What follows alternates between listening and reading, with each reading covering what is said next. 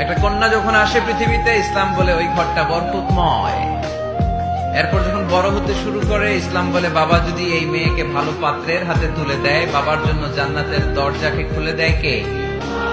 তারপর সে যখন কারো বধূ হয়ে কারো ঘরে যায়, ইসলাম বলে খয়রুকুম খয়রুকুম লি আহলিহি, তোমাদের মধ্যে ওই ব্যক্তি আল্লাহর কাছে সেরা যে তার স্ত্রীর কাছে সেরা। কার কাছে সেরা? আপনি আল্লাহর কাছে পছন্দনীয় হতে হলে আগে আপনার স্ত্রীর কাছে পছন্দনীয় হতে হবে। আপনার স্ত্রী যদি আপনার A+ দেয়, আপনি আল্লাহর কাছেও, কথা বুঝে নাই বোধহয়। আপনার বউ যদি আপনারা দেয় A+, আল্লাহ দিবে কি? আপনার স্ত্রী যদি আপনারা দেয় A-, আল্লাহ দিবে কি? আপনার স্ত্রী যদি আপনারা F দেয়, F ওই যে ফেল, তো আল্লাহ কি দিবে?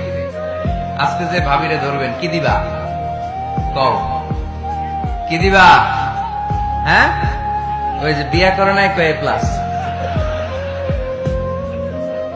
স্ত্রীদের সাথে বিষ্ণু ইসলাম অনেক খুনসুটি করতেন, অনেক ভালোবাসতেন স্ত্রীদেরকে।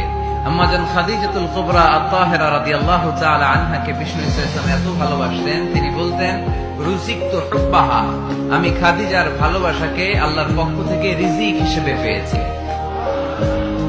খাদিজাতুল কুবরা আত-তাহেরা রাদিয়াল্লাহু তাআলা আনহার ইন্তেকালের পরে উনি খাদিজাতুল কুবরা আত-তাহেরা রাদিয়াল্লাহু তাআলা আনহার বান্ধবীদের বাড়িতে কুরবানির গোশত হাদিয়া পাঠাতেন।